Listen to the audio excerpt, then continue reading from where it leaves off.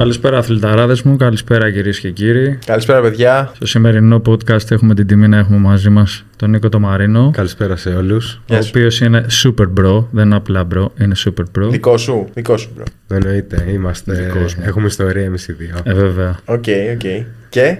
Θα είναι πολύ motivational σήμερα η κουβέντα μας. Κοίτα, την προηγούμενη φορά ήμασταν οι δύο μας, οπότε θεωρώ ότι έτσι θα χτίσουμε μια ωραία παρέα σιγά σιγά. Έτσι είναι. Το πρώτο πράγμα που θέλουμε να πούμε και με τον Βασίλη είναι να μας γράφετε από κάτω σχόλια, να απαντάμε στις ερωτήσεις. Full. Και καλοπροαίρετα και κακοπροαίρετα, ξέρετε, θα απαντήσουμε. Έχει κοπίδι.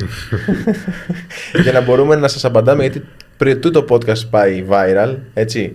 Τώρα είστε στην αρχή, είστε στη βάση του podcast, οπότε έχετε την ευκαιρία να σχολιάσετε και να τα απαντήσει ο Βασίλης. Μετά, όταν θα πάει viral και θα έχει 1 εκατομμύριο subscribers στο κανάλι, δεν θα μπορεί να απαντήσει δυστυχώς. Εντάξει. Οπότε, αρχικά, Νίκο, θες να μας πεις λίγα πράγματα, έτσι, πώς γνωρίστηκες με τον Βασίλη, αν έχεις κάνει την εκπαίδευση, να μας έμαθε και λίγο ένα κόσμο, γιατί την πρώτη φορά είχαμε κάνει οι δυο μας μόνο με τον Βασίλη εμείς. Την εκπαίδευση την έχω ξεκινήσει ουσιαστικά τώρα τον τελευταίο μήνα. Mm-hmm. Με τον Βασίλη έχουμε γνωριμία εδώ και 10 χρόνια. Όταν τον είδα πρώτη φορά, λέω αυτός είναι ένας αλήγιστος μαχητής. Αυτό είδα, αλήθεια. Εντάξει, ο Βασίλης έχει τον τρόπο του στο motivation. Όχι, τα πιάνει όλα. Εγώ σου λέω και πριν που μιλάμε. Όχι, μα ξέρεις, εσύ έχει κάνει τόσο αθλητισμό, κάνει και ο άλλος αθλητισμό ή δραστηριότητες ή έχει ένα ανώτερο επίπεδο σκέψης. Ξέρεις με ποιον θα κάνεις νταλαβερή ή όχι. Mm-hmm. Με ποιον θα έχει χημεία. Δεν χρειάζεται να έχει χημεία με όλους. Και όλα είναι μέσα στη ζωή. Πρέπει να υπάρχει ποικιλία. Σωστό. Okay. Δεν είμαστε άνθρωποι με παροπίδες. Ναι, okay. Το έχω σημειώσει αυτό για να το συζητήσουμε για τις παροπίδες παρεπιπτόντως και κατά πόσο επηρεάζουν το κίνητρο ενός αθλητή, ενός ανθρώπου που ασχολείται με δραστηριότητες που σχετίζονται με τη φύση. Δεν έκανα κατευθείαν εκπαίδευση, γίναμε πάρα πολύ καλοί φίλοι. Εσύ με τι ασχολείσαι, κάνεις γυμναστική, τι κάνεις? Έχω ασχοληθεί με πάρα πολλά αθλήματα. Ξεκίνησα η διαδρομή δική μου, για να την πω λίγο γρήγορα, για να έχεις μια εικόνα. Ξεκίνησα από τα 14 μου να ασχολούμαι με τον αθλητισμό. Mm-hmm. Θέλοντας να αλλάξω πρώτα το σώμα μου, γιατί ήμουν υπέρβαρος. Okay. Στο ταξίδι αυτό ανακάλυψα ότι πέρα από ένα γραμμωμένο σώμα πήρα πολύ περισσότερα πράγματα ταυτόχρονα. Πήρα κουράγιο, πήρα δύναμη, πήρα ενέργεια, κίνητρο, όρεξη για ζωή. Και από εκεί και πέρα τα επόμενα χρόνια συνέχισα θέλοντας να βάζω προκλήσεις στον εαυτό μου. Okay. Οπότε μετά ασχολήθηκα λίγο με τις πολεμικές τέχνες, έκανα Muay Thai, ασχολήθηκα με μαραθώνιες διαδρομές, έτρεξα και υπερμαραθώνιο. Okay. Δοκίμασα και διάφορα extreme sport παράλληλα, έκανα skydive, παραπέντε. Γενικότερα. Παραπέντε έχω κάνει και εγώ. Μου φαίνεται και πολύ επικίνδυνο. Δεν μου άρεσε, η αλήθεια είναι. Όχι, ρε εσύ. Πήγαμε. Εν τω μεταξύ, είχα κάνει το καλοκαίρι πέρσι. Τώρα, όχι πέρσι, αυτό το καλοκαίρι. Και αυτό ήταν τόσο άσχετος που προσγειωθήκαμε όχι στο χώρο εκεί που προσγειώνεσαι. Προσγειωθήκαμε πάνω από τα μάξι εκεί που είχαν παρκάρει. Γι' αυτό είναι σημαντικό να εμπιστεύεσαι στη ζωή σου σε έναν σωστό εκπαιδευτή. Είναι βασικό αυτό. 100%. Safety Uber άλλες. Okay. Ναι, και τελείωσε. Εντάξει, γενικότερα τα αθλήματα που έχουν να κάνουν με αέρα, όπως και αυτό που ασχολήθηκα πιο μετά, γιατί αφού τα δοκίμασα όλα, είδα ότι αυτό που με τράβηξε κυρίως ήταν το kitesurf, το οποίο κάνω και τα τελευταία χρόνια. Φοβερό άθλημα, πολύ έξυπνο. Ναι, έχει τα πάντα. Okay. Έχουν μια επικινδυνότητα, γιατί θέλει υπολογισμό αέρας και είναι ένα φυσικό φαινόμενο που σίγουρα θέλει σεβασμό. Και οπότε μετά πώς έκανες εκπαίδευση, πώς... Και από εκεί και πέρα... Τον είχα, ρε παιδί μου, ξέρεις, εγώ είμαι στη φάση, μόλις βλέπω έναν άνθρωπο που αξίζει, θέλω να τον βάλω στο community κατευθείαν. Okay. Αλλά... Με τράβαγε, η αλήθεια είναι. Ήτανε δηλαδή, ήθελε να μπω. Απλά ασχολείται με πολλά και εκείνο. Και δεν υπήρχε χρόνος. Βέβαια, ο παράγοντας χρόνος όταν θες να κάνεις κάτι σωστά, πρέπει να βρεις το παράθυρο της ευκαιρίας στη ζωή σου, για να μπεις. Τον τελευταίο μήνα όμως έχω μπει στην ελεύθερη κατάδυση και εγώ. Okay. Επειδή είμαι ένας άνθρωπος ο οποίος έχω κυνηγήσει πάρα πολύ την αδρεναλίνη και την έχω κυνηγήσει γιατί μου άρεσε αυτό το συναίσθημα να νιώθει ζωντανός, η ενέργεια.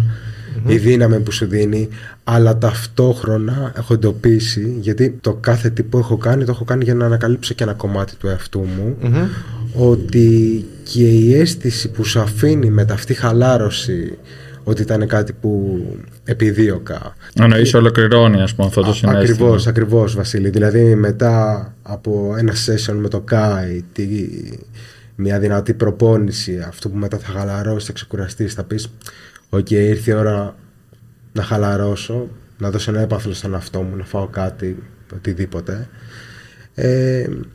Ταυτόχρονα αυτό που κάνω τώρα με την ελεύθερη κατάδυση, είδα ότι ήταν ένα κομμάτι που δεν το είχα. Γιατί αυτή την ηρεμία εννοείς, πώς το... Αυτή την ηρεμία, αλλά ξέρεις τι, στην κατάδυση, την οποία κάνω τον τελευταίο μήνα, βλέπω ότι δεν χρειάζεται να πιεστείς για να πάρεις αυτό το συναίσθημα. Όταν εγώ τα λέω ότι πρέπει να αφήνεις την άναση να σε οδηγεί για να προχωρήσεις. Δηλαδή, συγκριτικά με όλα τα υπόλοιπα αθλήματα έχει μια ροή. Θέλει λίγο παραπάνω χρόνο. Πες μας ένα αρνητικό που έχει ο Βασίλης και η εκπαίδευση με τον Βασίλη. Δεν μπορώ να βρω αρνητικό. Δεν γίνεται, θα υπάρχει σίγουρα. Όλοι λένε θετικά και πόσο τέλειο είναι. Πρέπει να πεις ένα αρνητικό. Δεν μπορώ. Πρώτα απ' όλα με τον Βασίλη έχουμε ανέβει μαζί κορυφή Ολύμπου. Δηλαδή και τους κοιτάγαμε όλοι. Σοβαρά. Εντάξει. Δεν έχει κάτι τρελό, αλλά ήταν ωραία εμπειρία που είσαι στο υψηλότερο βουνό της Ελλάδας. Εμένα μου αρέσει γενικά να έχω πολλαπλές δραστηριότητες σε ό,τι αφορά τον αθλητισμό. Εντάξει, στο core, ας πούμε, είναι η ελεύθερη κατάδυση. Αλλά στη βάση, ναι, είναι καλοδεχούμενο όποιο σπορ και αν κάνεις. Και μου λέει, ξέρω, πάμε να ανέβουμε Όλυμπο. Και δεν πάμε. Οπότε τη φυσική κατάσταση την έχουμε. Με τέτοια χημεία μεταξύ μας. Ναι, έχουμε καλή χημεία. Δεν γίνεται να σου βρω αρνητικό να σου πω. Από την πρώτη κιόλας στιγμή που πήγα να κάνω μάθημα, γιατί μάθημα έκανα, η αλήθεια είναι πριν 1,5 χρόνο. Είχε κάνει ένα crash course, ρε παιδί μου. Ναι. Τα οποία πλέον δεν τα κάνω γιατί δεν έχουμε και πολύ νόημα. Δηλαδή, τι ήταν αυτό? Ήταν 10 μέρες, ξέρεις, αυτά που κάνουν όλοι, ρε παιδί μου. Να σου δείξουν τα βασικά, πώς βάζουμε τη μάσκα, πώς αναπνέουμε, να κάνουμε στατικές, δυναμικές άπνοιες, να κάνουμε καμιά κατάδυση στη θάλασσα, πάρε μια πιστοποίηση. Είναι λίγο φτηνό, πλέον το βρίσκω φτηνό σαν τρόπο προώθησης και εκμάθησης του σπορ. Χωρίς να το θεωρώ αρνητικό. Πολλοί το κάνουν και είναι καλό γιατί μπαίνει νέος κόσμος στο παιχνίδι. Απλά είναι βέβαιο ότι για να το καταλάβει ο άλλος, για να μπορεί να το αναπαράγει σαν δραστηριότητα, πρέπει να περάσεις χρόνο με αυτόν που σου εμπιστεύεται την εκπαίδευσή του και την ασφάλειά του. Οπότε, ξέρεις, έχουμε φύγει από τα crash courses και κάνουμε πιο μεγάλα προπονητικά πακέτα εμείς. Και είχε κάνει τέλος πάντων αυτό το crash course και του άρεσε πάρα πολύ. Και μετά, ξέρεις, το άφησε, παιδί μου, για ένα πολύ μεγάλο διάστημα. Αφοσιώθηκε πάλι στο kitesurf γιατί ήταν βέβαιο ότι τον τραβούσε. Επειδή τον ξέρω και ξέρω πως σκέφτονται και άνθρωποι σαν και εκείνον που είναι αθλητές υψηλού επίπεδου, για να φτάσεις κάπου σε ένα συγκεκριμένο level θέλεις χρόνο και πρέπει να αφοσιωθείς εκεί. Μόλις φτάσεις, μετά γυρνάς και βλέπεις δεξιά και αριστερά τι γίνεται. Ή μπορεί, συγχωράμε, δεν ξέρω αν είναι έτσι τα πράγματα, αλλά μπορεί και εσύ τώρα να κάνεις ένα διάλειμμα από το kite που θα σε βοηθήσει να πάρεις ιδέες από άλλα αθλήματα, από άλλες δραστηριότητες και να τα κάνεις integrate, ας πούμε, σε αυτό που πας να δεις το kite με άλλη ματιά και να ξαναμπείς πιο δυνατά, έτσι δεν είναι? Η αλήθεια είναι ότι είχα πάρει ένα διάλειμμα τον τελευταίο καιρό από το kite, γι' αυτό και ξεκίνησα, αλλά τώρα βλέπω ότι δεν θέλω να αφήσω κανένα από τα δύο. Δηλαδή η ελεύθερη κατάδυση σίγουρα είναι κάτι που έχει μπει στη ζωή μου και θα το συνεχίσω. Έχω ένα φίλο στην Σαρδινία που όταν έχει καλό καιρό κάνει ελεύθερη κατάδυση και όταν έχει αέρα κάνει kite. Και μου λέει: άμα δεν κάνω είτε το ένα είτε το άλλο από τα δύο, απλά θα πεθάνω από βαρμάρα. Οπότε, εσύ ουσιαστικά κάνεις την εκπαίδευση ελεύθερης κατάδυσης. Πες μας έτσι, σαν αρχάριος, δεν είσαι αρχάριος, σαν όταν πριν ξεκινήσεις την ελεύθερη κατάδυση, ποιες ήταν οι απορίες που είχες και πώς σε βοήθησε ο Βασίλης να τις λύσεις αυτές? Οι απορίες που είχα ήταν κυρίως ως προς την εξίσωση. Που το κάνει στην πιτή, έτσι. Ακριβώς. Αυτό με έχει δυσκολέψει. Έκανε και πιο δυναμικά αθλήματα και σφιγγόταν. Δηλαδή το σώμα του δεν ήταν χαλαρό. Και δεν μπορούσα να εξισώσω εύκολα. Αυτό ήταν το μόνο που με είχε ταλαιπωρήσει. Βέβαια, πέρα από αυτό, είδα ταυτόχρονα ότι βελτιώθηκε και πάρα πολύ η τεχνική μου. Αυτό σταδιακά έγινε, γιατί όσο κάνεις παιδιλιά με την παιδιλιά και βλέπεις ότι είναι πιο οικονομική η επόμενη παιδιλιά ή ότι η άπνοια σου θα γίνει ακόμα πιο εύκολη. Είναι μια διαδικασία η οποία γίνεται σχεδόν ανώδυνα. Δηλαδή, να σου πω την αλήθεια, δεν κατάλαβα για πότε έφτασα σε σημείο να ανεβάσω επιδόσεις και να μπορώ να κατέβω. Αυτή τη στιγμή έχω κατέβει μέχρι 20 μέτρα. Και για να είμαι ειλικρινής, επειδή έφτασα στον πάτο κάτω στη θάλασσα, δεν το θεωρώ πολύ δεδομένων των πραγμάτων που μου έχουν μάθει. Ναι, αλλά θα σου πω τώρα, μέσα σε σχεδόν ένα μήνα να κάνεις καταδύσεις επαναλαμβανόμενες στα 20 μέτρα, δεν είναι στραγάλια τα μέτρα. Είναι κάτι σπουδαίο, δεν είναι απλό. Σίγουρα. Δεν σου λέω να είσαι κομίτης, να το κάνεις και μια φορά και μετά τέλος. Εσύ το κάνεις επαναλαμβανόμενα κατά τη διάρκεια του προπονήσεων. Σίγουρα, νιώθω το δέος. Αυτό όμως που θέλω να εκφράσω είναι ότι εκεί που στην αρχή το έβλεπα και ήταν βουνό, μέσα από τη σωστή προπόνηση είδα πόσο εύκολα μπορεί κάποιος να το κάνει αν ξέρει κάποιες βασικές αρχές. Έτσι είναι. Αυτό το βλέπω και στα comments. Αυτό διάβαζα τώρα. Θέλω να απαντήσουμε σε κάποια comments δικά σου. Έτσι λίγο... κάποια είναι full hate. Ναι. Και κάποια είναι full love. Δηλαδή βλέπεις ανθρώπους που πιστεύουν στην εκπαίδευση και ανθρώπους που ξέρεις, μιλάνε με αρνητικό τρόπο, βρίζουν κτλ. Αλλά στην πραγματικότητα νιώθουν η ίδια ανασφάλεια. 100%. Αυτό δηλαδή θέλω να πω ότι το βλέπεις στον κόσμο ότι δεν καταλαβαίνουν ότι αυτό το πράγμα διδάσκεται και ότι έχει προοπτικές γενικά σαν δραστηριότητα, ειδικά στην Ελλάδα με τόσα χιλιόμετρα ακτογραμμής. Αλλά εγώ θα ήθελα να σταθώ σε κάτι άλλο που είναι σημαντικό και αυτό πρέπει να το τονίσουμε. Γιατί επειδή τον ξέρω τον Νίκο και η κουβέντα δεν το έχει αποκαλύψει ακόμα, έχει πολύ spirituality η ελεύθερη κατάδυση. Δηλαδή, τι είναι αυτό που. Άσε το ψαροντέφικο στην άκρη, το κίνητρο, ξέρω εγώ, είναι εντάξει να χτυπήσει το ψάρι, για μένα να μάθω τα ψάρια. Τώρα η ελεύθερη κατάδυση είναι κάτι πολύ πιο ευρύ. Ένα ταξίδι στον εαυτό σου. Ναι. Εγώ αυτό νιώθω προσωπικά. Δηλαδή, συγκριτικά, αν θέλεις να μου πεις με ό,τι έχεις κάνει από το να πέφτεις από ένα αεροπλάνο ή να πετάς στο kite, ό,τι εμπειρία έχω κάνει στη ζωή μου, είναι η μοναδική φορά που έχω νιώσει χωρίς την ύπαρξη της αδρεναλίνης, αυτό το εσωτερικό ταξίδι να βυθίζεις όλο και πιο πολύ μέσα σου, σε κάθε άπνοια να ακούς τον παλμό σου, να ακούς τη σκέψη σου και να προσπαθήσεις να τα διαχειριστείς όλα αυτά και να ηρεμήσεις τον εαυτό σου ταυτόχρονα. Γίνεσαι ένα με τη φύση σου και είναι κάτι πολύ μοναδικό αυτό. Λες που λέγεις ότι έχει άγχος. Μια χαρά τα λέει. Τι εγώ είπα. Μα ακόμα έχω άγχος και εσύ μου λέγεις ότι έχω άγχος. Όλοι έχουμε άγχος στη ζωή και το άγχος είναι παραγωγικό. Και... Όχι, είδες, τα έχει διατυπώσει τέλεια. Τον έχει βοηθήσει η ελεύθερη κατάδυση να βάζει τα πράγματα σε μια σειρά και να κάνει. Έτσι, ωραία φάσα. Focus. Δεν είναι κακό. Ωραία. Λοιπόν, θέλω να κάνουμε έτσι λίγο να δούμε λίγο κάποια σχόλια, να τα απαντήσουμε. Θέλεις να τα δούμε αυτά που είχαμε. Let's go. Έχουμε βγάλει ένα βίντεο το οποίο λέει, ρε παιδί μου, ότι αν κάνεις ψαροντόφεκο για πάνω από. Πόσο είχαμε πει, 6 μήνες. Αν κάνεις ψαροντόφεκο για ένα χρόνο και δεν έχεις κατέβει καμιά 15-20 μέτρα. Τότε σίγουρα. Κάτι λάθος. Ναι, λοιπόν, κάτι λάθος. Γράφει ο πρώτος hater.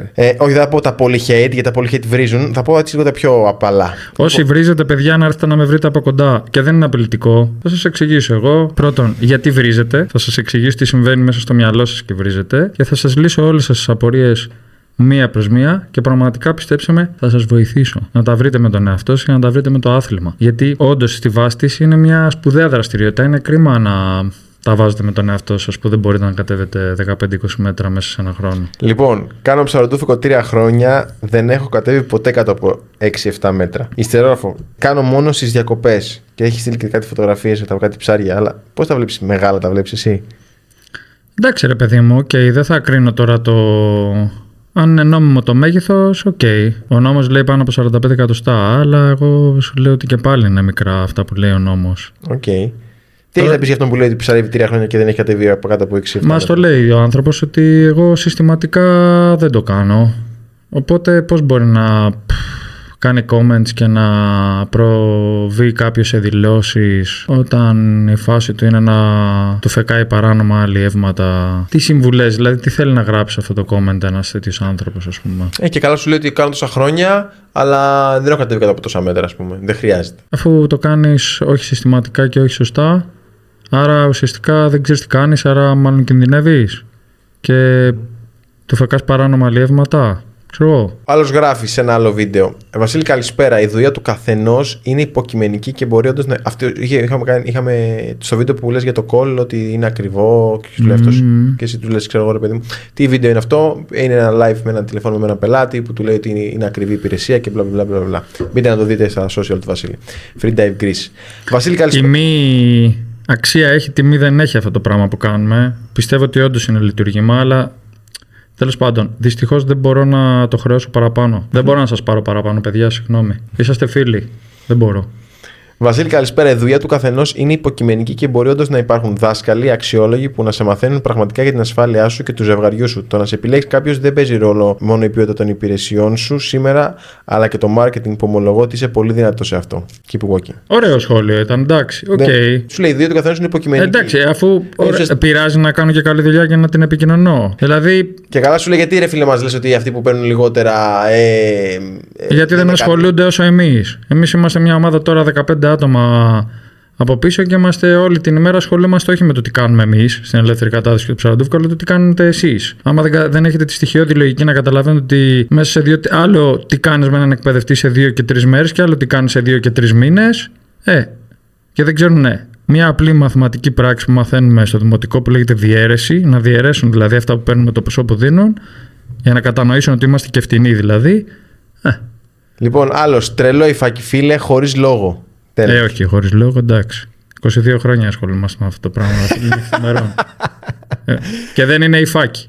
Εντάξει, είναι η αλήθεια. Άμα δεν δέχεσαι να ακούσεις την αλήθεια, πώς θα εξελιχθείς? Εμείς δεν είπαμε ότι δεν μπορείς, είπαμε ότι κάνεις κάτι λάθος και ότι είμαστε εδώ για να σε βοηθήσουμε. Αυτό είπαμε. Οκ. Ψιλοκαλά είναι τα σχόλια γενικά. Δεν έχεις πάρα πολλά hate comments. Λέει ο άλλος, τι λέει ο μπρο, ζητάει τα τριπλάσια και τετραπλάσια από τα κανονικά του κλάδου που δίνουν και πιστοποιήσεις σε αγώνες και τίτλους. Δεν ασχολούμαι, δεν βλέπω ανταγωνιστές. Δηλαδή, σε τιμές τι παίζει? Πού να ξέρω. Ο καθένας κάνει. Και γράφει ένας από κάτω. Εγώ σου λέω ο μπρο, όπως τον λες, ότι είναι ο καλύτερος από ό,τι έχεις δει στη μικρή ζωή σου. Έχω δει παπάντζες πολλές. Αυτός ό,τι υπόσχεται το δίνει. Αν δεν ξέρουν, δεν μιλάμε. Είναι σαν να κρίνεις την τιμή μιας Ferrari με ενός Opel. Είναι 50 χρονών ο Νίκος. Ναι. Ξεκίνησε πριν από 3 χρόνια μαζί μας και δεν το πίστευε ότι. Ξέρεις, γενικά η ηλικία πολλοί θεωρούν ότι είναι περιοριστικός παράγοντας στον αθλητισμό. Ειδικά για την ελεύθερη κατάδυση δεν είναι. Θεωρώ ότι πρέπει να είσαι και όριμος εγκεφαλικά για να μπορείς να μπει στο παιχνίδι. Και ο Νίκος τρελάθηκε, ξέρεις, κάνει ψαροντούφικο, βουτάει σωστά, επαναλαμβανόμενα, με ασφάλεια, με ζευγάρι.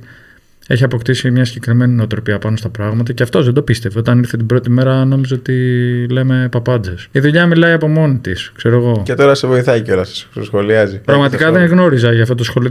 Πού ήταν, TikTok. Ναι. Σημασία τελικά δεν έχει τι λέει ο ένας και ο άλλος. Σημασία έχει τι κάνεις. Και κρίνεις εκ του αποτελέσματος και σε βάθος χρόνου. Σε όλα τα πράγματα στη ζωή, έτσι. Δεν είναι μόνο αθλητισμός. Η δουλειά σου, η επαφή με τους ανθρώπους, η γνώση σου.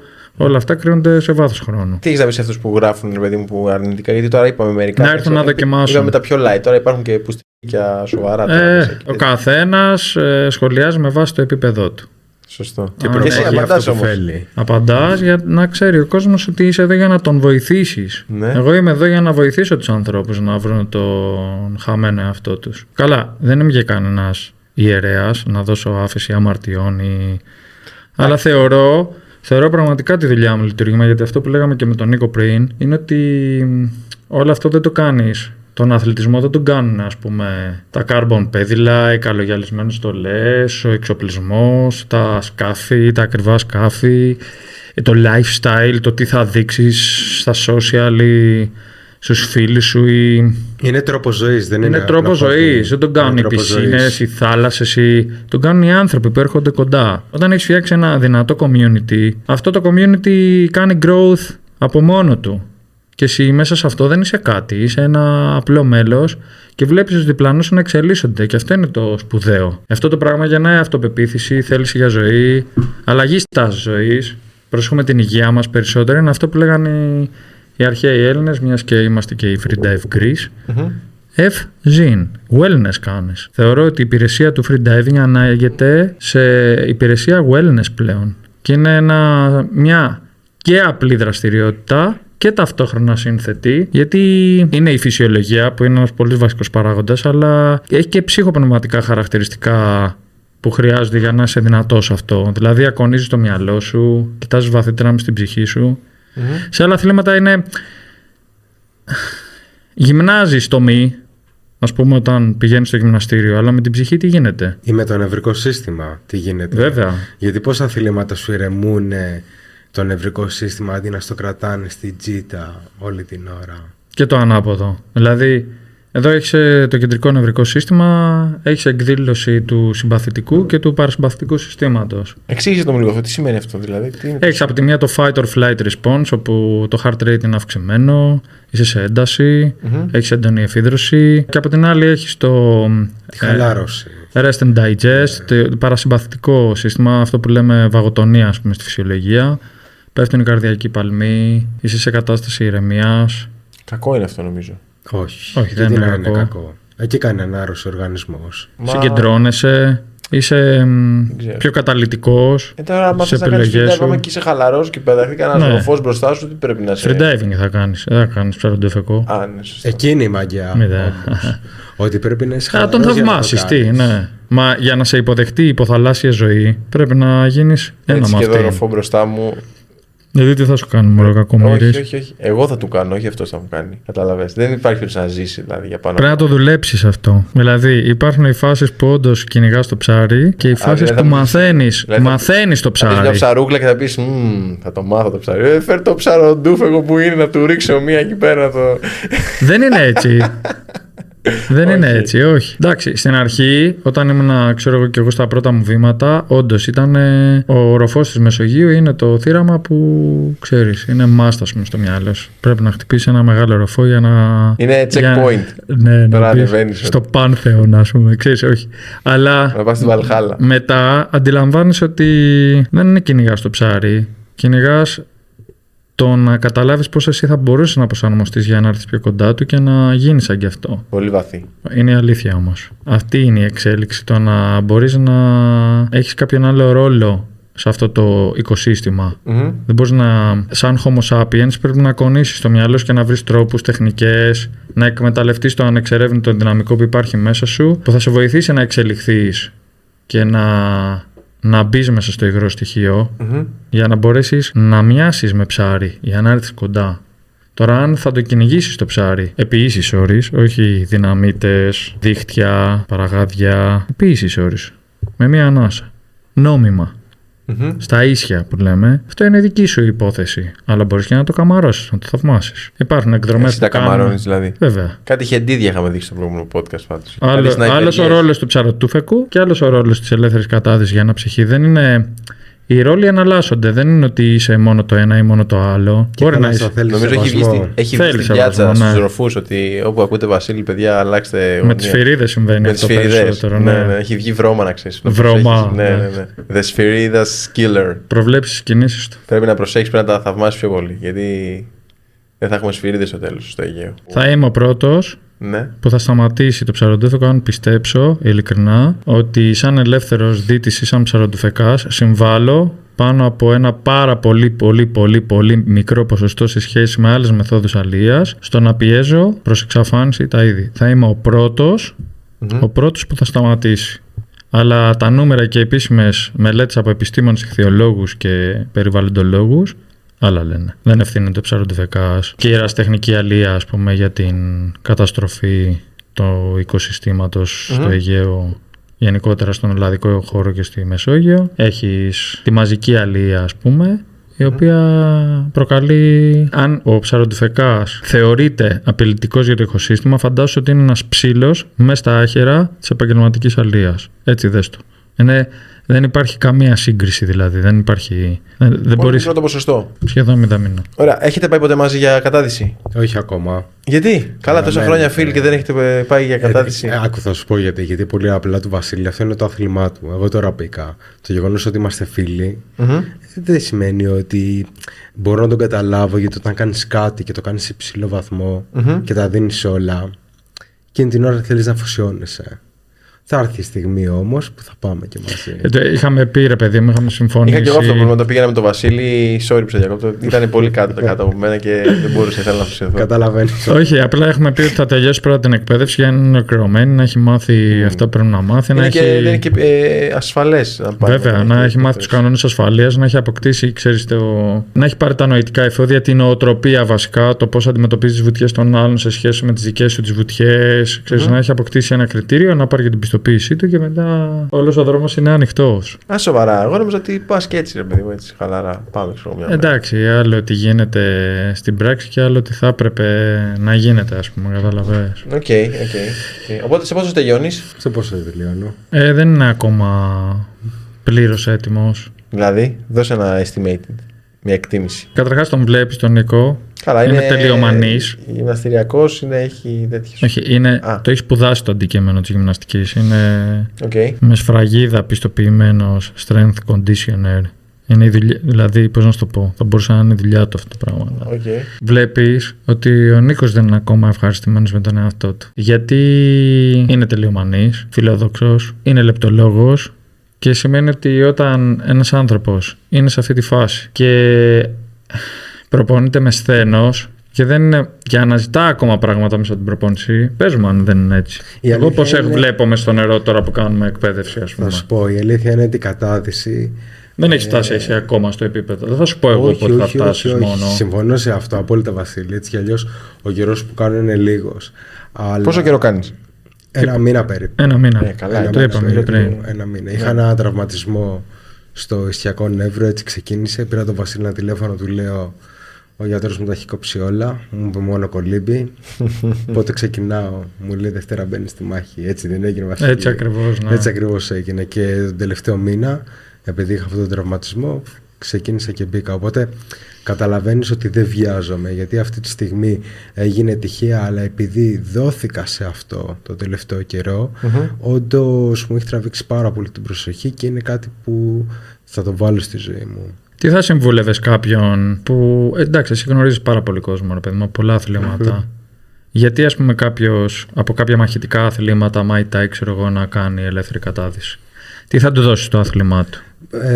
Γιατί ένας kite surfer να κάνει? Μπορώ να σου πω με σιγουριά ότι από οποιοδήποτε άθλημα και αν προέρχεσαι, το γεγονός ότι θα πας κάπου, θα μάθεις καταρχήν πώς να αναπνέεις σωστά, θα χαλαρώσεις, όλα αυτά από μόνο του είναι μια διαδικασία η οποία... Εννοείς ότι θα μπει σε μια άλλη λογική? Ακριβώς, αλλά και σαν εμπειρία, όχι μόνο σαν λογική. Και εγώ σαν το πιστεύω εμπειρία αυτό, θα για το βιώσεις experience, είναι βασικό. Πέρα από αυτό, οι προσαρμογές που κάνει ο οργανισμός, τόσο και στο αερόβιο και στο αναερόβιο κομμάτι, στην ενέργεια, είναι τρομερές. Γιατί για κάποιον που ξεκινάει, για σένα προφανώς που το κάνεις χρόνια. Όχι, εγώ για να το κάνω σε καλό επίπεδο και να μπορώ να το διδάσκω, κάνω και άλλα πράγματα γύρω από αυτό. Δεν είναι μόνο ότι απλά μπαίνω στο νερό. Μαζί σου. Και θέλει και μια σχετική ενδυνάμωση. Αλλά από μόνη της η κατάδυση, εγώ έχω δει ότι εμένα τουλάχιστον με μπούσταρε στην επίδοσή μου σε κάποια πράγματα. Γιατί οι συνθήκες της άπνοιας βάζουν το κορμί να λειτουργήσει με ένα διαφορετικό τρόπο από αυτό που έχει μάθει. Αντί να έχεις αγγί... Όχι. Όχι. Rest and digest. Είναι ακριβώς το ανάποδο. Το παρασυμπαθητικό είναι αυτό. Αντί να έχεις αγκιοδιαστολή, έχεις αγκιοσύσπαση. Το αίμα φεύγει από τα άκρα. Συγκεντρώνεται. Έχεις κεντρική υπέρταση, δηλαδή, καταλαβαίνεις. Έρχεται στην περιοχή των μνημόνων, στα ζωτικά όργανα. Ναι, γιατί αυτό που λένε, παιδί μου, ότι νιώθω ελευθερία, νιώθω. Είναι και μεταφράζεται και ψυχολογικά σίγουρα, αλλά μεταφράζεται και ορμονικά. Ότι όντως πάει το αίμα στο κέντρο, στην καρδιά. Κυκλοφορεί με διαφορετικό τρόπο και επανακυκλοφορεί. Δηλαδή, μετά το πέρας της δραστηριότητας, όταν βγαίνεις πλέον έξω από το νερό, το κυκλοφορικό σύστημα λειτουργεί με άλλο τρόπο. Και αυτή η διαδικασία είναι που ουσιαστικά οδηγεί σε αυτή την εφορία. Εννοείται ότι παράγονται ορμόνες, ας πούμε. Και προφανώς, Βασίλη, που εσύ τα ξέρεις καλύτερα τα συγκεκριμένα, γιατί είναι το κομμάτι σου, η οξυγόνωση γίνεται καλύτερα μόλις. Κοίταξε, πλέον και στο ποδόσφαιρο, με έναν πολύ καλό φίλο που έχω, το Σωτήρη τον Ίνι, τον ξέρετε? Τον Ίνι, το γνωστό. Ναι, έπαιζε. Εννοείται πως τον ξέρω. Είχαμε μιλήσει έτσι μια πρόσφατα και μου είχε πει ότι στα πρωτόκολλα του ποδοσφαίρου κάνουν άπνοιες πλέον. Ναι, είναι λογικό. Και σε άλλα αθλήματα, και στο rugby κάνουν και στο μπάσκετ στο NBA. Γιατί ουσιαστικά, αν γίνουν σωστά οι άπνοιες, πρόκειται για ένα σύστημα προπόνησης που έχει διαλυματική υποξία υπεροξία. Παίρνεις μια μέγιστη εισπνοή, φαντάσου, στην άπνοια, καταδύεσαι, έχεις υπεροξία εξαιτίας της αυξημένης μερικής πίεσης στα χ μέτρα. Όσο περνάει ο χρόνος και εσύ είσαι σε άπνοια, μειώνονται τα ποσοστά του οξυγόνου, όχι να πέσουν κάτω από critical levels, Okay. Και να οδηγηθείς, ας πούμε, σε περιστατικά που δεν θες, αλλά μειώνονται σχετικά. Αναδύεσαι, πέφτει μερική πίεση, μειώνονται. Στην επιφάνεια αναπνέεις, οπότε ουσιαστικά αποκαθίστανται. Όλο αυτό ενεργοποιεί την παραγωγή ερυθρών αιμοσφαιρίων. Το κεντρικό νευρικό σύστημα δίνει εντολή δηλαδή για παραγωγή περισσότερων ερυθρών αιμοσφαιρίων, που είναι μεταφορής οξυγόνου ουσιαστικά. Ναι. Οπότε αυτό αυξάνει την αθλητική επίδοση και τη συνολική υγεία γενικότερα. Οκ. Ενδιαφέρον, δεν το ήξερα. Βέβαια. Στην Αμερική είναι για longevity και για αντιγύρανση και τα λοιπά. Υπάρχουν ειδικά κέντρα που μπορείς να κάνεις αυτή τη διαλυματική υποξία υπεροξία, όχι μέσω της ελεύθερης κατάδυσης, αναπνέεις ειδικά μείγματα αερίων, εν πάση περιπτώσει. Η αναπνέα από μόνη της είναι το α και το ω. Είναι το κλειδί για το μέλλον, εγώ πιστεύω. Γι' αυτό πιστεύω ότι το free diving θα εκτοξευθεί. Πιστεύω ότι εκτός από μόδα θα γίνει και μια πάρα πολύ καλή δραστηριότητα που θα σε βοηθάει να ξεφεύγει και μυαλό και σώμα χωρίς φάρμακα. Mind Body Medicine. Αυτό που σου είπε πριν για το παρασυμπαθητικό και το συμπαθητικό νευρικό σύστημα, από την αναπνοή και μόνο μπορείς να χακάρεις τον οργανισμό με συγκεκριμένα μοτίβα αναπνοή. Biohack, σωστό. Ναι, και να ενεργοποιήσεις είτε το ένα είτε το άλλο. Δηλαδή, εσύ στα καλά καθούμενα αυτή τη στιγμή, άμα κάνεις ένα μοτίβο αναπνοών, είτε μπορεί να σου φέρει το ένα αυτό το fight or flight που ο Βασίλης να σε ενεργοποιήσει, είτε μπορεί και να σε χαλαρώσει. Εξαρτάται από το ρυθμό και την ένταση της αναπνοής. Θα το κάνουμε μάθες μετά το podcast, να το δεις. Όντως ισχύει. Πιστεύω και καλά ότι κάνεις κάποιες ανάσες προτού κάνεις αυτό, οπότε σιγά σιγά το μυαλό σου αρχίζει και το συνδυάζει, ξέρω εγώ, με αυτό που θα κάνεις. Ότι προετοιμάζεται, ρε παιδί μου, όπως στο γυμναστήριο, όταν πας, ξέρω εγώ, 30 φορές, αν έχεις πάει 30 φορές και πριν το γυμναστήριο πάντα μυρίζεις αυτή τη μυρωδία του γυμναστήριου, αρχίζει και το σώμα σου και μπαίνει σε ένα mood γυμναστικής πριν ξεκινήσεις τη γυμναστική. Μα του βάζεις καινούριους παράγοντες στο σώμα και το σώμα είναι σοφό. Θα σε οδηγήσει σε έναν τρόπο αναπνοής που θα σε βοηθά να έχεις καλύτερη ζωή. Μάθαμε να αναπνέουμε για να ζούμε, αλλά δεν μάθαμε ποτέ να αναπνέουμε για να ζούμε σωστά. Μέσω του free diving αυτό γίνεται. Μεγάλη κουβέντα. Είναι όμως η αλήθεια. Γιατί φαντάσου τώρα έχετε ακούσει προφανώς για τον όρο βιοσυντονισμός, έτσι? Εγώ όχι. Είμαι το κοινό που μας βλέπω. Δεν έχω ακούσει. Όλη αυτή η ανάδραση που παίρνεις από την αναπνοή τη χρησιμοποιείς σαν εργαλείο ουσιαστικά. Όταν αναπνέεις με μια συγκεκριμένη συχνότητα, επιβάλλεις το σώμα σου να κάνει vibrate με συγκεκριμένο τρόπο. Δηλαδή, έχεις ένα κτίριο το οποίο αποτελείται από μπετό, από τούβλα, γυαλιά, σίδερα. Το παρομοιάζει με τη βιοσυχνότητα. Θα σου πω, έχει μια... Ξέρω τι είναι, γιατί το έχουμε κάνει μαζί αυτό. Μπράβο. Αυτό προσπαθώ να εξηγήσω, να σου πω. Οπότε αυτό το σύστημα εδώ του κτηρίου έχει μια συγκεκριμένη ιδιοσυχνότητα.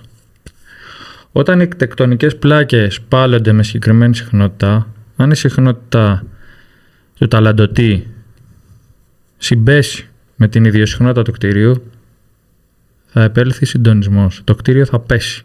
Θα καταρρεύσει. Ωραίο παράδειγμα. Ακριβώς και έτσι. Είχα μελετήσει μια μελέτη και την είχα αναλύσει και μου έβαλε κάποιες ιδέες και τα εφαρμόζω αυτά τα πρωτόκολλα τώρα στα παιδιά που προπονούνται μαζί μας. Να κάνω μια παρένθεση, Βασίλη, συγγνώμη. Πώς βλέπεις ότι φωνάζουν, ξέρω εγώ, βλέπεις γυναίκες που τραγουδάνε στην όπερα και φωνάζουν σε ποτήρια και τα σπάνε? Είναι ακριβώς το ίδιο. Αυτό ακριβώς που το κτίριο. Okay. Η ιδιοσυχνότητα δηλαδή του αντικειμένου. Με τον ήχο, η συχνότητα της φωνής του να πιάσει την μια σοπράνο. Να πιάσει την ιδιοσυχνότητα του αντικειμένου. Οπότε αυτό κατευθείαν σπάει τους μοριακούς δεσμούς, νομίζω. Ακριβώς. Είναι το σωστό.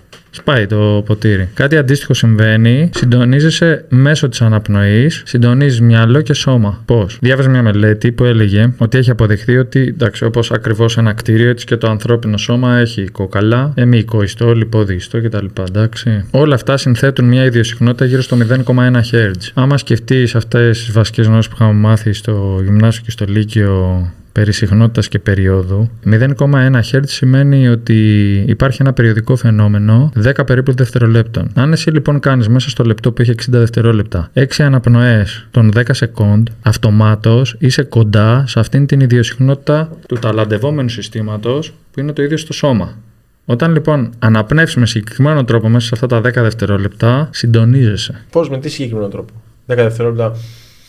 Και μετά το βγάζει. Για πες, γιατί θέλω Θα σου πω, αν πάρεις περίπου. Μας βλέπουν. Και να μας πούν άμα έχετε. Πολλοί μιλάνε για την τριγωνική αναπνοή, η οποία ουσιαστικά βασίζεται στην ιδέα ενός ισόπλευρου τριγώνου, στην οποία φαντάσου ένα τρίγωνο, ρε παιδί με ισόπλευρο με A, B, C. Και βάσει της αρχής του κινούμενου παρατηρητή του D'Alembert, δηλαδή στη φυσική, λες ότι εγώ θα πάω από το A στο B εισπνέοντας και από το B στο C και ξανά στο A εκπνέοντας. Οπότε ουσιαστικά πρόκειται για ένα μοτίβο, ένα τριγωνικό μοτίβο αναπνοής, όπου εσύ εισπνέεις από το Α στο Β και εκπνέεις από το B ουσιαστικά στο C και από το C στο A ως εξής.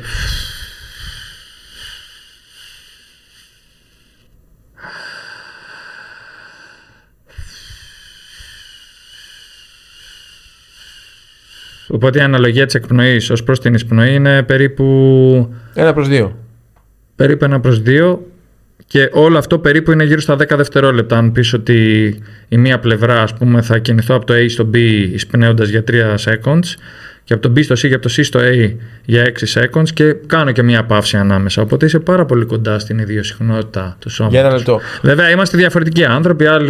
Άλλος έχει περισσότερο λιποδιστό, άλλος περισσότερο μυϊκό ιστό, κάποιος είναι μεσομορφικός, άλλος είναι εκτομορφικός, άλλος είναι ενδομορφικός. Οκ, αλλά η λογική είναι ότι αν είσαι περίπου σε αυτά τα 10 δευτερόλεπτα, έχεις μια μαγιά για να μπορέσεις να εξελίσσεις αυτή την τύπου τριγωνική αναπνοή. Τέλεια. Εντάξει. Okay. Λοιπόν, θέλω να δοκιμάσετε λίγο στο σπίτι αυτό που έδειξε ο Βασίλης. Να μας γράψετε κάτω στα σχόλια αν λειτουργήσε και σε ποιον λειτουργήσε και αυτούς που δεν λειτουργήσε. Δηλαδή, ακόμα και αν το κάνεις και δεν λειτουργήσε, γράψε από κάτω το έκανα και δεν λειτουργήσε. Ή αν σου λειτουργήσε, αν ένιωσες κάτι, για να μας τι ένιωσες.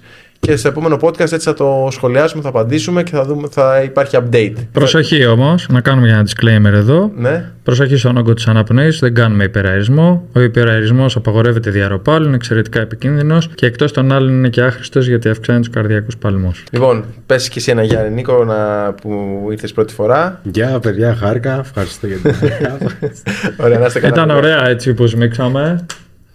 Είχαμε ωραία vibes. Θα τα ξαναπούμε. Για να δούμε, μας στηρίξει το κοινό. Λοιπόν, για χαρά.